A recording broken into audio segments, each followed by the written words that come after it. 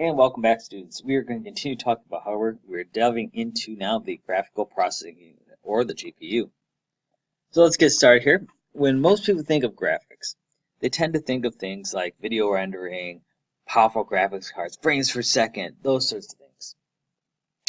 Now, there is one important thing to note before we dive in here, and that is that a video card is not the same thing as a graphical processing unit. They're two different things. We're actually going to discuss video cards in our lesson. We're going to talk about them briefly here, but we're going to go more in depth into them in another lesson. So the GPU is a graphics processing unit, which is a specialized electronic circuit designed to rapidly manipulate and alter memory to accelerate the creation of images and a frame buffer intended for output to a display device. Now, modern GPUs are very efficient at this. They're very efficient at manipulating video graphics and image processing. And because they have a fairly highly parallel structure, it makes them much more efficient at doing these tasks than that of a general purpose CPU. Now, on a PC or personal computer, the GPU is typically one of two forms. It's either a dedicated expansion card or is embedded on the motherboard or part of the CPU.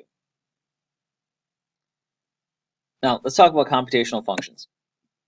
Modern GPUs use most of their transistors to do calculations related to 3D computer graphics. This includes basic 2D acceleration and frame buffer capabilities, though newer cards can lack 2D acceleration. Instead, they emulate it via 3D hardware. Let's talk about their role in computations. GPUs were initially used to accelerate texture mapping and rendering polygons, later adding units to accelerate geometric calculations such as rotation and translation of vertices into different coordinate systems. Remember when GPUs first were making promises when the rise of 3D graphics were coming out, and 3D graphics required different techniques than 2D did.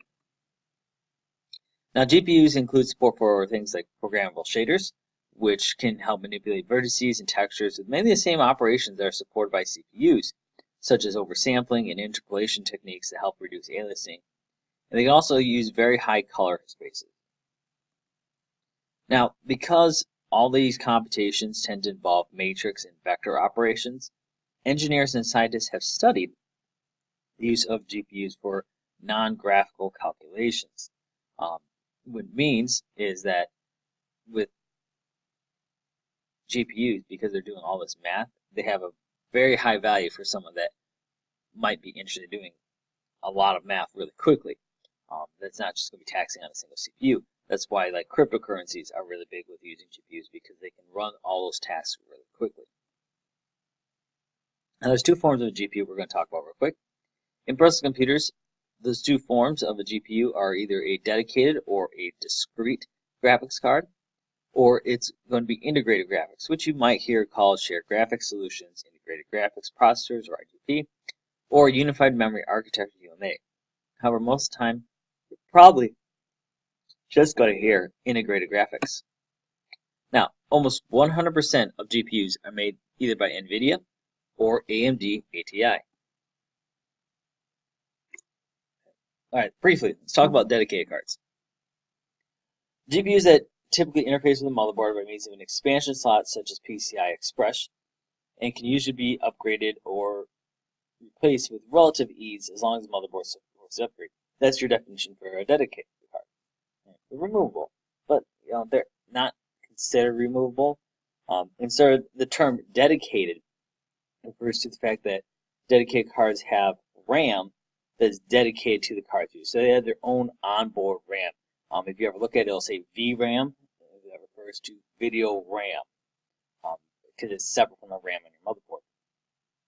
Now, this RAM is usually specially selected for the expected serial workload of the graphics card. So video RAM is very different from the RAM that you would have in your motherboard. Very different kind of RAM. You can't just swap them out. They're not compatible. They're specialized for the dedicated card. Now, SLI by NVIDIA and Crossfire by AMD technologies allow multiple GPUs to draw images simultaneously or a single screen, increasing the processing power available for graphics. So this is how you can have two graphics cards hooked into your computer in order pretty much to do, you don't quite double, but you can double without doubling the computational capabilities of what your computer can do. Running multiple screens, having an increased rendering capabilities. These are also some examples. Now, on the flip side, you have integrated graphics. Integrated graphics utilize a portion of the computer's system RAM rather than the dedicated graphic memory. Because now, remember, dedicated cards have their own memory. Integrated, they don't have their own memory. So they have to rely on the RAM that's on the motherboard. Now, computers with integrated graphics account for roughly about 90% of all PC shipments. I mean, this laptop I'm using right now has an integrated card on it. Many desktops, tablets, smartphones, they all have integrated graphical units. Now, the plus side about integrated graphics is that they're a lot less costly to implement because you're not having to create, specialized RAM. You're not having to include fans. They can all just be included in the motherboard with the CPU. But the downside of that is that they don't have as much capability in workloads. But they can handle some 2D graphics and even some low-stress 3D graphics. So that's why you can see 3D games on your smartphone. But the graphics aren't anything superb compared to what you can get, for example, on a dedicated gaming PC where you can get 60 frames per second or more. All right, but that concludes our notes, folks. Until next time.